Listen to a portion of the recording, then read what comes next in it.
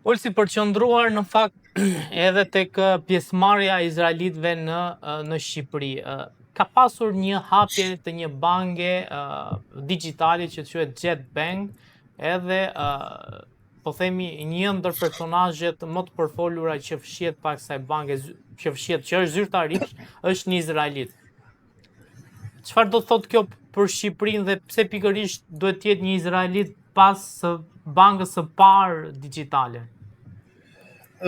Kjo është pjesë e pazareve që Edi Rama është duke bërë me mafjen izraelite, në mënyrë që ata ta mbajnë pushtet. Ky personi që është drejtues i kësaj bankës, Jet Bank, ja harrova edhe emrin, është një person i cili është dënuar, nëse s'jam gabim, në Austri për forexe, domethënë është mashtrues. Kjo është një bankë e krijuar nga hiçi, këta persona nuk janë bankierë, këta janë thjesht hajdut. Por me sa duket, kjo është një nga ato skemat që Rama bën, sigur bënte edhe me Akshin, ku do grabiten lekët e shqiptarëve me skema piramidale, me mashtrime.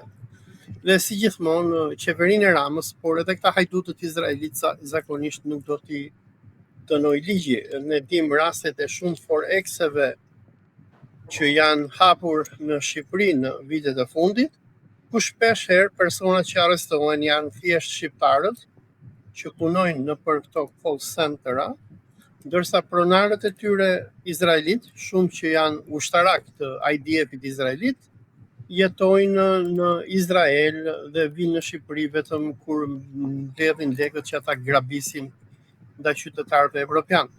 E njëjta gjë do ndodhi me këtë Jet Bankun, por edhe me rastin e Jet Bankut, por jo vetëm Jet Bankut, por edhe me pronat masive që Rama po i jep izraelitëve. Më së fundi kemi atë ligjin që do kalohet së shpejti për shitjen e 100.000 hektarëve toka shtetërore ndaj të huajve. Izraelitët, me sa unë po kuptoj, janë duke ndërtuar në Shqipëri ato kibucet e tyre, janë koloni bujësore që ata fillimisht i ndërtuan në Palestinë përpara 100 vitesh, dhe kështu nisi kolonizimi i Palestinës. Edhe sikur edhe ish analisti i CIA-s John Kiriaku tregoi në një intervistë që pati me Tucker Carlson përpara disa ditësh, me sa duket izraelitët po bëjnë plane që të ndërtojnë kolonitë e tyre në Shqipëri, në Greqi, në Qipro, nga që këto vende janë vende mesdhetare, janë me klimë të mirë, janë vende të bekuara, dhe qifutët ua kanë vënë syrin.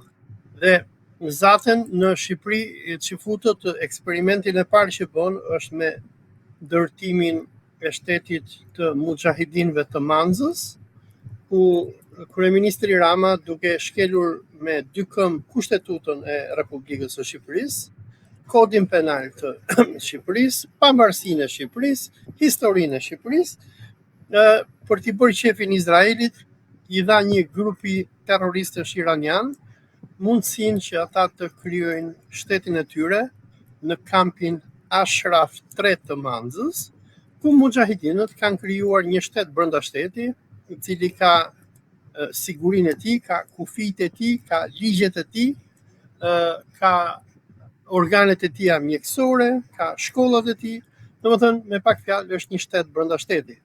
Diçka, domethënë, nëse neve përpara 1 apo 2 vitesh protestonin me të madhe kur Edi Rama njoftoi në vitin 2024 që do ndërtonte shtetin Bektashian, nga që edhe për atë ua kërkuan izraelitët, shumë pak veta vëjnë theksin që përpara shtetit Bektashian, izraelitët në Shqipëri kanë krijuar shtetin Mujahidin, dhe nuk mund të jetë çudi sigur në të ardhmen ata të shkëpusin edhe pjesë të tjera të territorit kombëtar shqiptar dhe të ndërtojnë një shtet izraelit.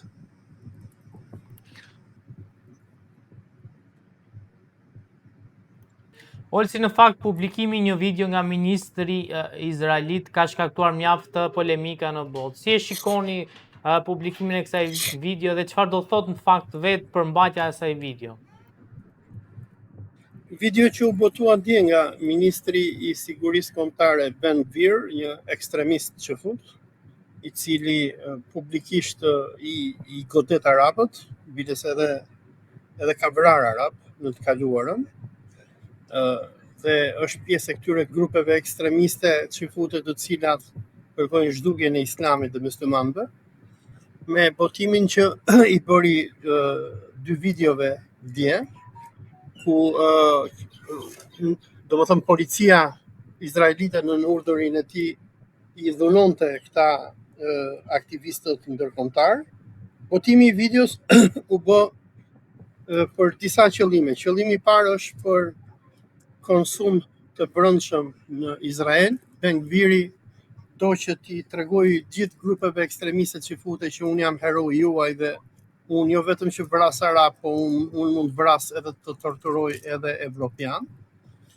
E dyta, ajo u bë për të kërcënuar opinionin botëror, komunitetin ndërkombëtar në veçanti, personat që protestojnë për Palestinën, për t'i treguar atyre që ju mund të protestoni për Palestinën në për vendet tuaja, por në momentin e parë që do vini në Izrael, ne do t'ju rrahim publikisht, do t'ju torturojmë, do t'ju lidhim sikur të jeni bakti me ten, do t'ju shtrim në tokë, nuk do pyesim për asnjë lloj nga të drejtat tuaja, dhe mos guxoni herë tjetër që të vini këtu, nga që po të vini në Izrael, ne edhe mund t'ju vrasim.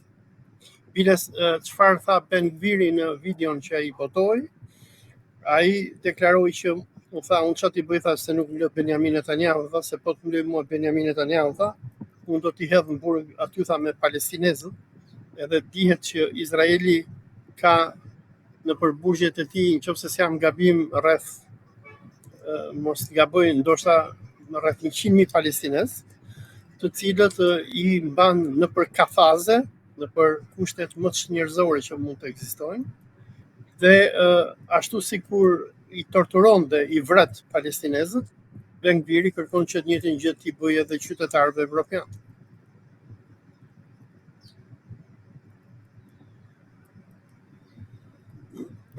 Çfarë po ndodh me le të themi, ose më saktë bëj një pyetje edhe lidhur me këtë temë. Ka pasur mjaft reagime ndërkombëtare lidhur me këtë video.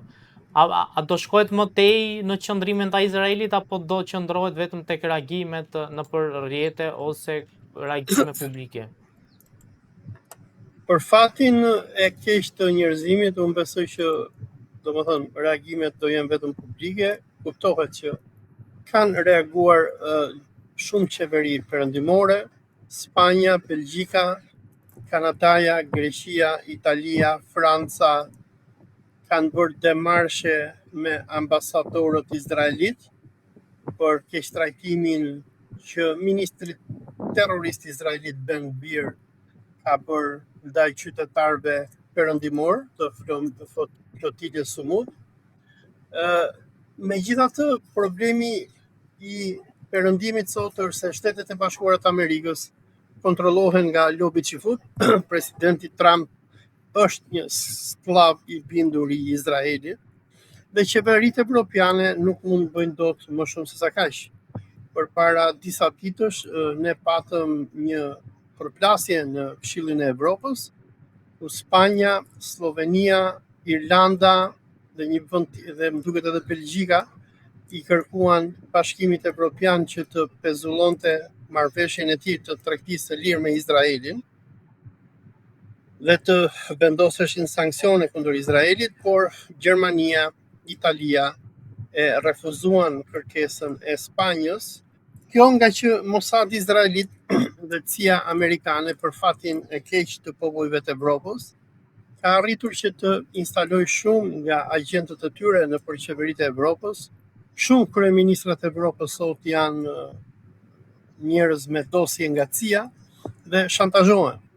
Megjithatë, dhuna e hapur që Izraeli tani më po ndërmerr jo vetëm kundër arabëve, muslimanëve, por edhe kundër qytetarëve evropian, do t'i radikalizojë edhe më shumë qytetarët e Evropës, të cilët në mënyra të ndryshme do ta marrin ligjin në duart e tyre.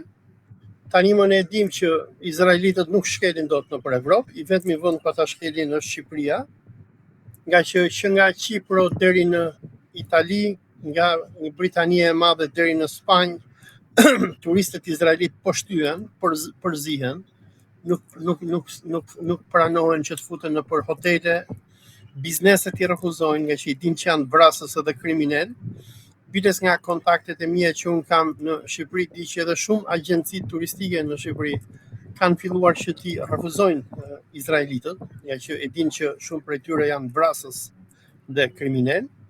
Dhe kjo po sjell një efekt ortek apo avalanche, si kur quhet në anglisht, ku qytetarët e botës së lirë po radikalizohen kundër Izraelit dhe unë besoj që herët apo vonë do të shohim revolucione në Evropë, ku qeverit filo-izraelite, sigurisht qeveria Quislinge e Edi Ramës, do të rrëzohen dhe qytetarët e Evropës do të ashtyrojnë veten e tyre nga zjedha zioniste izraelite. Ulci, çfarë të resh kemi nga negociatat mes Iranit dhe SBA-s lidhur me një marrëveshje të mundshme?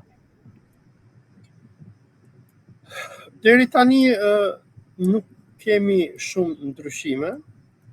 Amerikanët kanë dështuar në kontrollin e ngushticës së Hormuzit. Irani është akoma kontrollon ngushticën e Hormuzit. Presidenti Trump në fillim të kësaj jave apo javën e kaluar më saktë shkoi në Pekin ku takua me sekretarin e përgjithshëm të Partisë Komuniste të Kinës me Xi Jinpingin, ku amerikanët u munduan që të merrnin koncesione nga Kina, por dhe në veçanti për punën e Iranit, por kinezët normalisht që nuk pranuan që ta tradhtonin aleatin e tyre që është Irani. Kjo gjë e tërgoi presidentin Trump, i cili në fillim të kësaj jave deklaroi që iranianët ose duhet pranojnë kushtet e mia ose ne do t'i bombardojmë përsëri. Iranianët, të cilët tani më kanë mësuar lojën, u përgjigjen që i thanë ne jemi gati.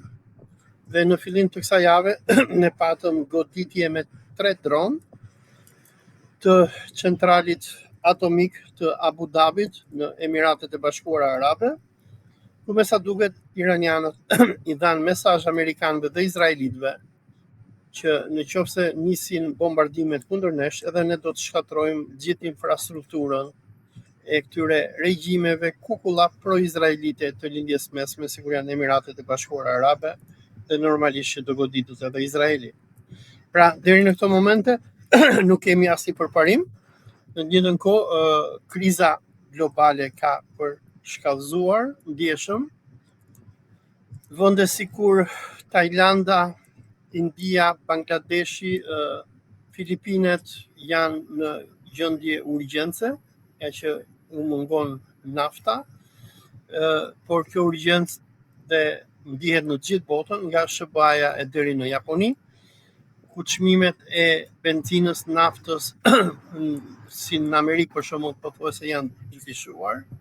Dyfishimi këtyre ka sjell dyfishimin e ushqimeve dhe produkteve të tjera. Dhe presidenti Trump është në një situatë shumë të rënduar psikologjike, nga që në veçanti populli amerikan është i revoltuar nga lufta që Trump i bën për Izraelin. Në nëntor vinë zgjedhjet për Kongresin dhe Senatin amerikan dhe probabiliteti shumë i madh që republikanët do të humbasin. Nëse ta humbasin, presidenti Trump do të rrëzohet nga pushteti dhe ndoshta edhe mund të burgoset. Iranianët janë duke luajtur me kohën. Tani jemi në muajin maj, edhe 7 ditë plotësohen 3 muaj dhe do hyjmë në muajin e 4 të luftës. Vendet e gjirit persik janë në një krizë të papar ekonomike. Vende që nga Iraku, nga Kuwaiti, nga Emiratet e Bashkuara Arabe, nga Bahreini, të gjitha kanë kërkuar për ndihmë për borxhe nga amerikanët, nga që këto vende po bëhen rreth 3 muaj që nuk po shesin më naftë dhe ajo mrekullia e naftës e petrodollarit arab, e cila ndërtoi këto oazet e petrodollarit në shkretëtirat e Arabisë, është duke rënë në mënyrë shumë të shpejtë dhe shumë persona janë duke u larguar nga këto vende.